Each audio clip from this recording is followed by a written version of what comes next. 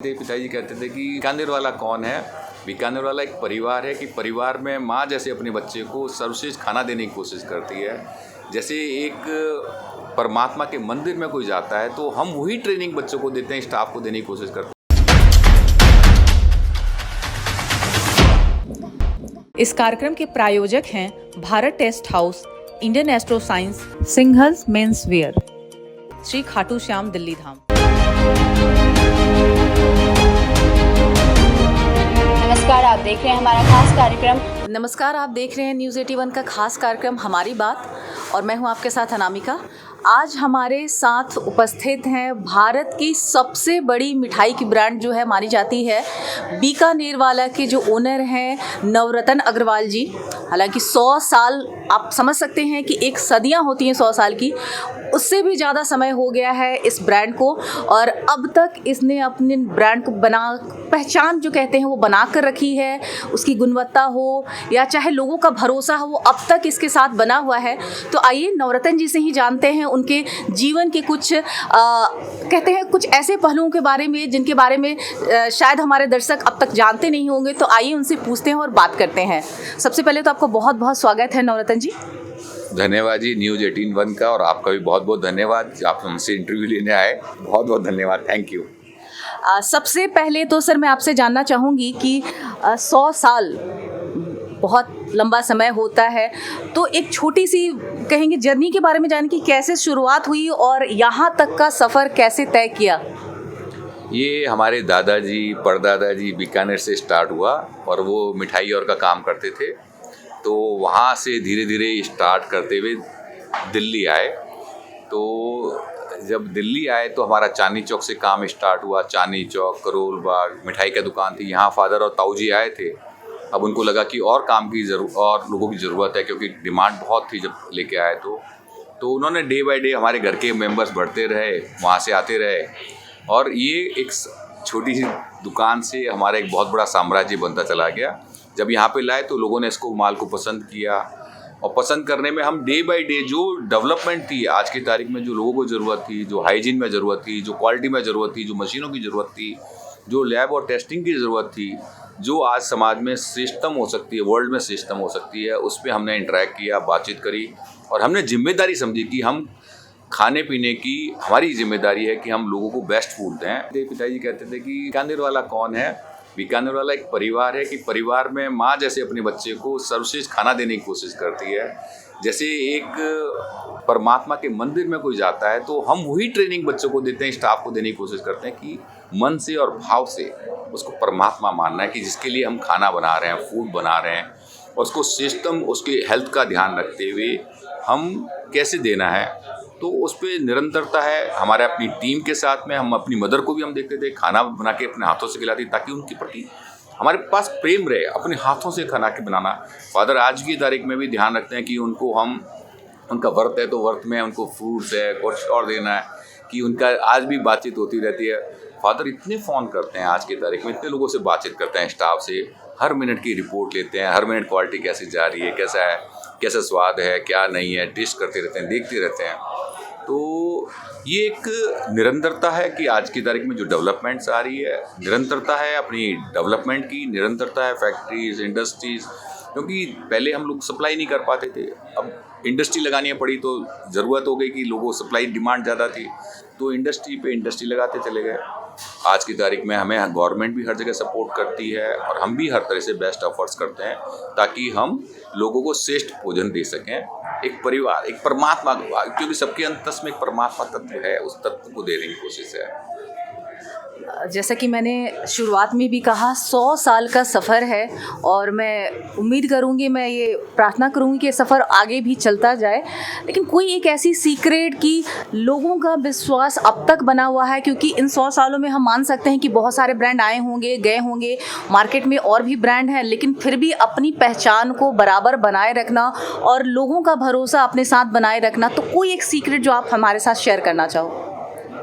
सबको एक परिवार मानना पड़ेगा जब तक, और उसको श्रेष्ठ देने की कोशिश करनी पड़ेगी। चाहे स्टाफ हो, स्टाफ भी हमारे एक परिवार का हिस्सा मानना पड़ेगा, और कस्टमर है उसको अपने दिल से उसको ज़्यादा देने की कोशिश करनी पड़ेगी।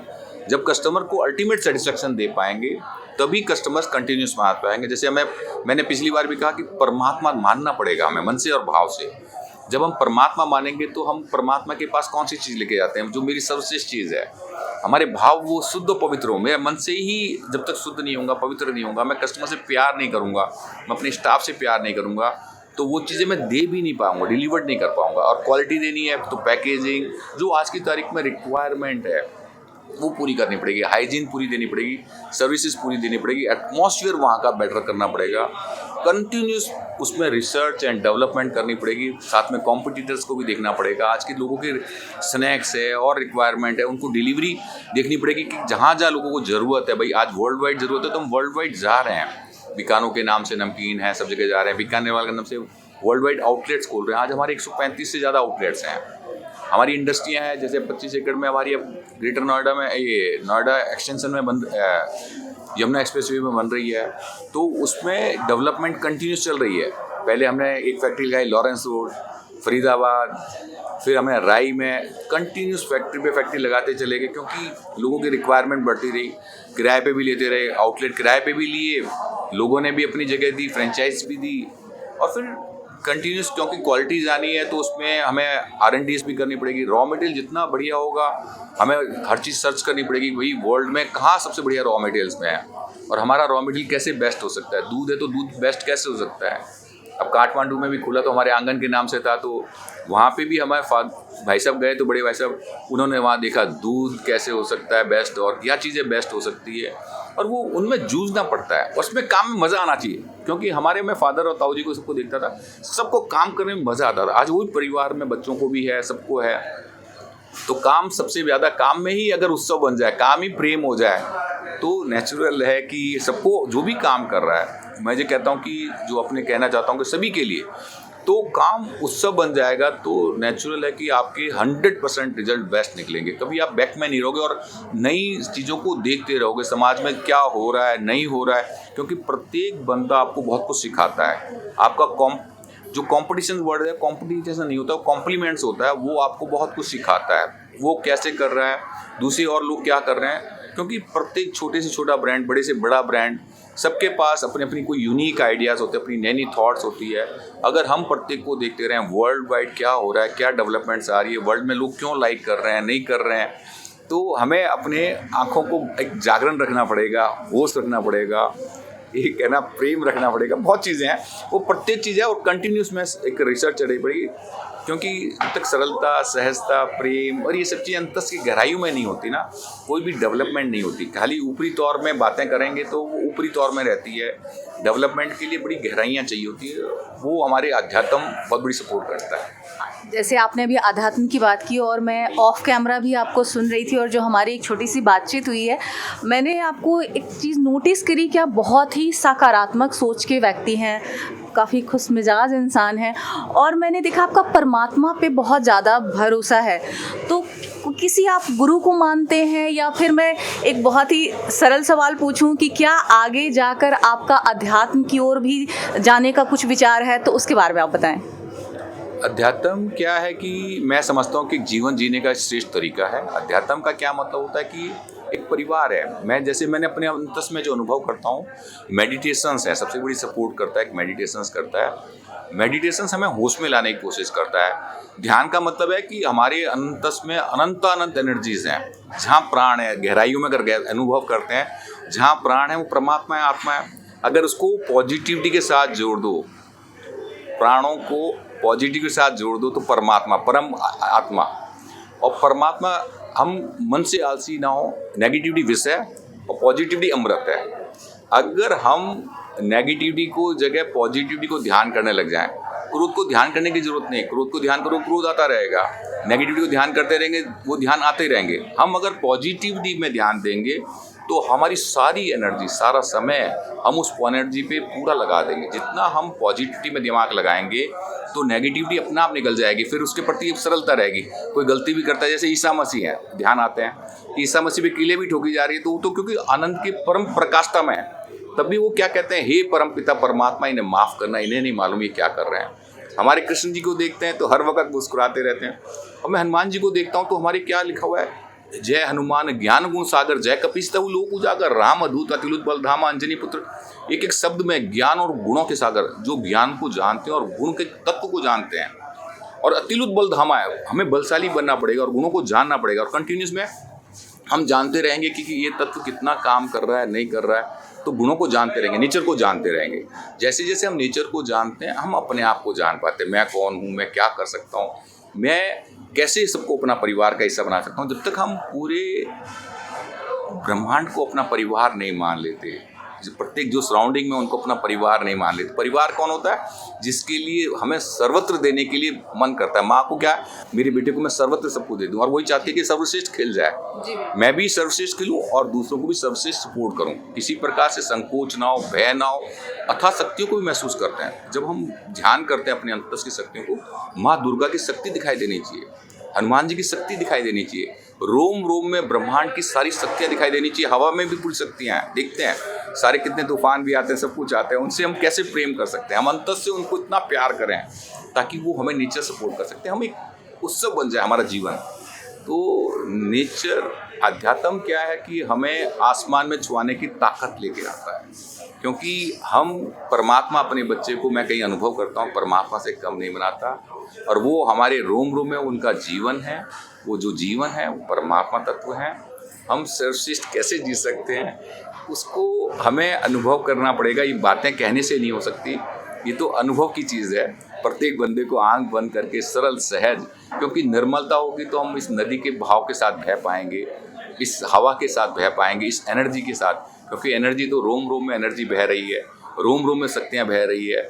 उन शक्तियों को आंख बंद करके सरल सहज बिल्कुल निर्मलता आ जाएगी। जब प्रेम कर रहे होंगे तब वो एनर्जीज़ को हम अनुभव कर पाते हैं। समय लगता है उसको ध्यान करने में, और एक बार ऐसा समय आएगा कि आपको लगेगा कि पूरा ब्रह्मांड मेरे को सपोर्ट कर रहा है और मैं भी पूरे ब्रह्मांड को सपोर्ट करूं। मैं भी कहाँ रोक रहा हूं मैं अपने आप को इस नेचर के साथ सपोर्ट करने में, क्योंकि पूरा ब्रह्मांड चाहता है कि पूरा परमात्मा, कौन ऐसा माँ बाप होंगे जो बच्चे को नहीं चाहता कि सर्वश्रेष्ठ खेल जाए। तो परमात्मा चाहता है कि मेरा बच्चा सर्वश्रेष्ठ खेले। कोई कहता है ना आशीर्वाद नहीं है, मैं कहता हूँ 100% सभी लोगों में परमात्मा का संपूर्ण आशीर्वाद है। जो माँ बाप दिए हैं श्रेष्ठ हैं, जो भाई बंद, जो रिलेशन, जो समाज, जैसा देश विदेश, पूरा ब्रह्मांड बनाया सर्वश्रेष्ठ है।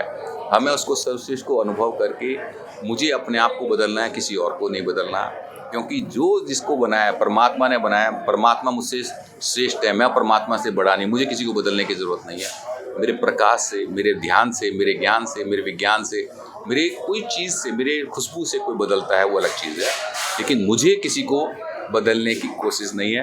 तो अध्यात्म जब ये चीज़ें कहता है तो झगड़े खत्म होते हैं कि भैया सब यूनिक है।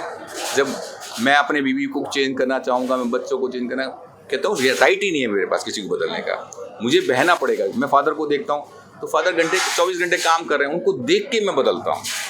मेरे को फादर कभी नहीं कहा कि तू बेटा ये, अपनी बातें ज़रूर कहते हैं, शेयर करते हैं, एक आनंदित, एक प्रसन्नचित्त और मुद्रा में अपनी बातें कहते हैं, और वो करते हुए देखते हैं। तो हम भी उसको, जब फादर कर रहे होते हैं, सराउंडिंग में लोग कर रहे होते हैं, तो हम उसको देखते हैं। एक बुद्ध बन के गए तो बुद्धों ने दुनिया भर को चेंज कर दिया। सेल्फ ऑब्जर्वेशंस करनी पड़ेगी। वो होश की बात कह रहा हूँ, जो जागरण की बात कह रहा हूँ। जितना ज़्यादा हम होश में या जागरण में हमारी दृष्टि काम करने लगती है देखने में, कि मैं श्रेष्ठ को देखने लगूँ, वरना हम आलसी होते हैं तो श्रेष्ठ को देखने की कोशिश नहीं करते। बस मैं कहता हूँ आलस्य से कर्मठता पे ले आओ। अंतस में भी कर्मठता की बहुत ज़रूरत है कि अंतस में मैं श्रेष्ठ को देखने की, अनुभव करने की मेरे पास जिज्ञासा हो, और कर्मठता हो कि मैं लेके आऊँ। मेरे अंतस में भी बहुत गहरी जिज्ञासाओं की ज़रूरत है। अगर मेरे अंतस में गहरी जिज्ञासा नहीं है तो मैं कोई भी चीज़ें चाहूँगा नहीं, पढ़ा है, नॉर्मल चल रहे हैं।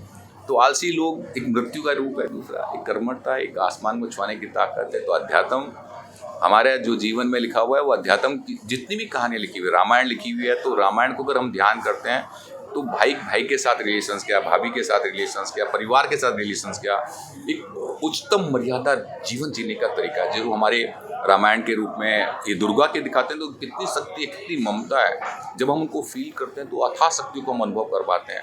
आदमी जब भय में होता है, संकोच में होता है, तो जीवन नहीं जी पाता। हमें उससे ऊपर उठ के जब भय और संकोच से बाहर निकलता है तब नेगेटिविटीज नहीं रहती। शक्ति हमें जीवन जीने की श्रेष्ठतम एक मोड पे पहुंचाती है, जगह पहुंचाती है। कि मैं कैसे सर्वश्रेष्ठ कार्य कर सकता हूँ, कैसे मैं सर्वश्रेष्ठ PR कर सकता हूँ। जब सर्वश्रेष्ठ करने लगता है तो हर चीज़ में सर्वश्रेष्ठ आने लगता है। मैं परिवार का सर्वश्रेष्ठ मेरी जिम्मेदारी है। जिम्मेदारी आज की तारीख में रेस्पॉन्सिबिलिटीज, कोई भी स्टाफ है, हम कहते हैं एम्प्लॉय की ज़रूरत नहीं है, हमें ऑनर्स की ज़रूरत है। ऑनरशिप जो ले सके, मालिक ले सके, जो जिम्मेदारियाँ ले सके, खुद डिसीजंस ले सके। जब मैं डिसीजन लूँगा तो मेरे बच्चे भी डिसीजन लेंगे, मेरा स्टाफ भी डिसीजन लेगा और समाज डिसीजन लेना पड़ता है। मुझे रोल मॉडल बनना पड़ेगा अपने आप।